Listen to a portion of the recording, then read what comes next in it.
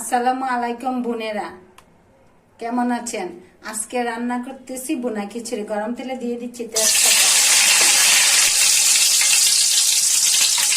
দিয়ে দিচ্ছি দারচিনি, দিয়ে দিচ্ছি এলাচি, তারপর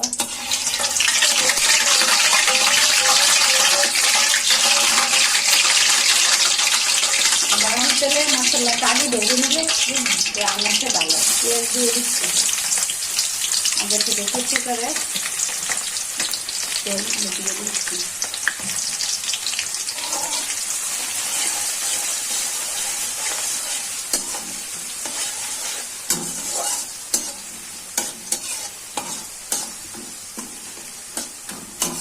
বোনেরা, এখন পেঁয়াজটা বাঁধা হয়ে গেছে, চাউলগুলো দিয়ে দিবা। আগে থেকে ধুয়ে রাখা পোলাও চালের ডাল একসাথে ধুয়ে রাখছি পরিষ্কার করে, আর আগে ধুয়ে রাখলে সফট হয়, জর্জরে হয়। বোনা খিচুড়িটা জর্জরে হবে। পোলাও বোনা খিচুড়ি রান্না করলে আগে থেকে চাউলগুলো ধুয়ে রাখবেন, আধা ঘন্টা 1 ঘন্টা আগে, তাহলে নরম হয়, তারপরে আবার জর্জরে হয়।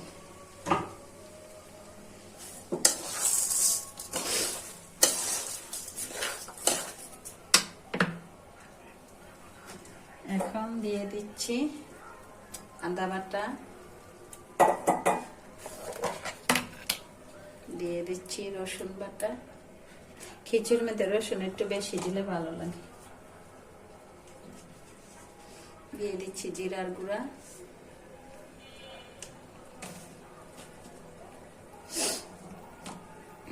দিয়ে দিচ্ছি হলুদ গুঁড়া, দিয়ে দিচ্ছি মরিচের গুঁড়া,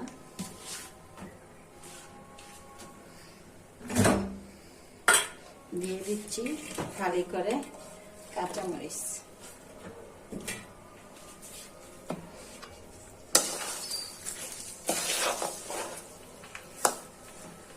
এখন দিয়ে দিচ্ছি স্বাদ মতো লবণ।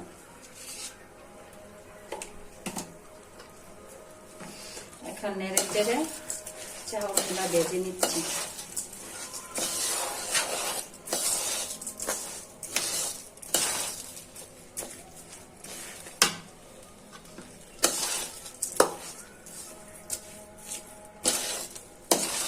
এখন দেখেন কি সুন্দর ভাজা হয়ে গেছে, আর মশলাটা যদি ভালো করে ভাজা হয় খেতেও স্বাদ লাগে, কাঁচা কাঁচা গন্ধ করে না, তারপর আবার দেখতেও সুন্দর হয়। আর ভারত থেকে আমাদের কৃষ্ণাপু আমাকে লাইক করেন, আবার কমেন্ট করেন। তো আমার এই খিচুড়ি বোনা খিচুড়ির রেসিপিটা দেখবেন, আর কেমন আপনার কাছে লেগেছে জানাবেন। আপু, আপনি ভালো থাকেন, আমি সবসময় আপনার জন্য দোয়া করি। বোনেরা, চাউলটা এখন ভালো করে ভাজা হয়ে গেছে। এখন আগে থেকে সিদ্ধ করে পানিগুলো দিয়ে দিচ্ছি।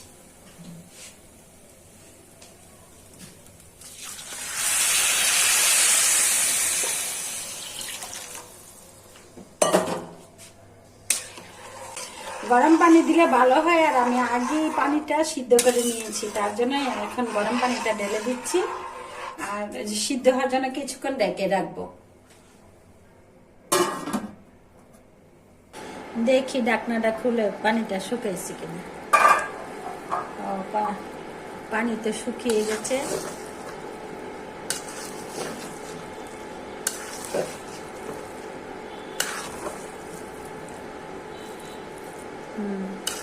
ডাল চাল সিদ্ধ হয়ে গেছে। এখানে অল্প আঁচে রেখে দেব। দেখি চেখে দেখি লবণটা, হ্যাঁ সব দিক দিয়ে টেস্ট হয়েছে।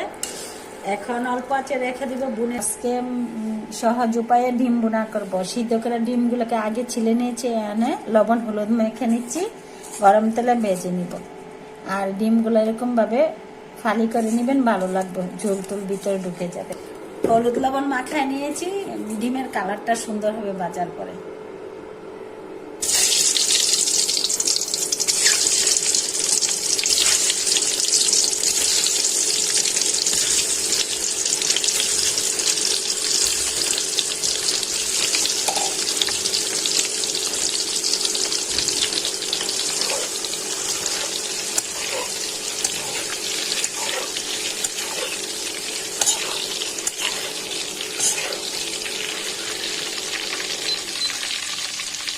হলুদ লবণ মাখায়া তেলে রাখছি, দেখুন কি সুন্দর কালারটা হয়েছে।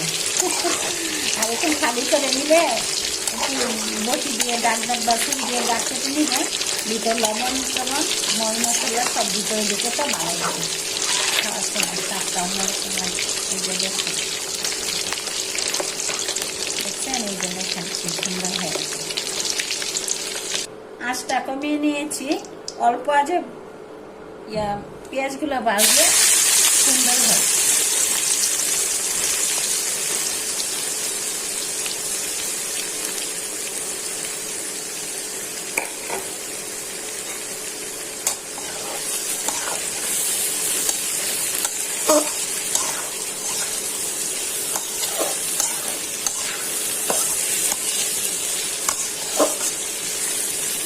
বোনেরা পেঁয়াজগুলো ভাজা হয়ে গেছে, এখন মশলা দিয়ে দিব।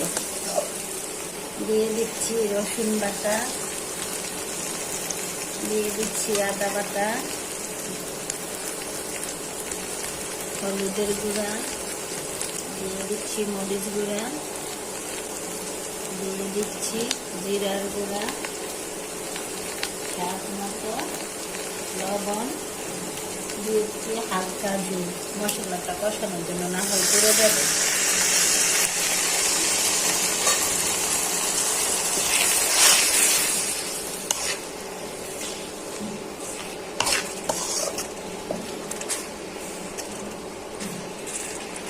নেড়ে চেড়ে কষিয়ে নিচ্ছি।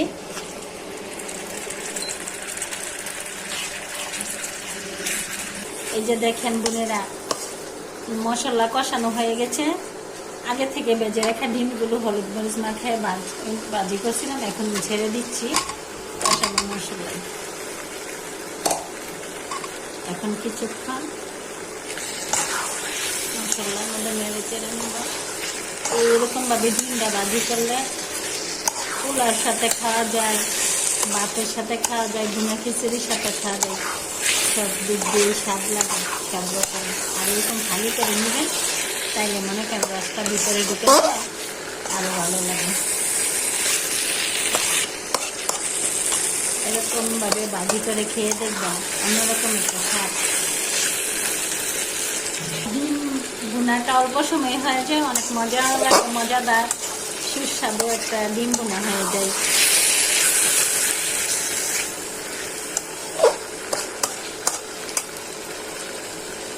এখন মনে করেন ডিম আর পেঁয়াজ কষানো হয়ে গেছে ভালো করে, এখন হালকা একটু ঝোল দিয়ে দিচ্ছি যাতে মশলাটা মাখামাখি হয়।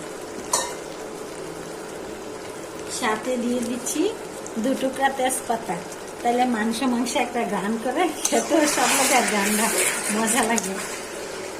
এরকম ভাজি করে ভাতের সাথেও খেতে পারবেন, বোনা খিচুড়ির সাথেও খেতে পারবেন, পোলাওর সাথে খেতে পারবেন, অন্যরকম একটা স্বাদ লাগে। তা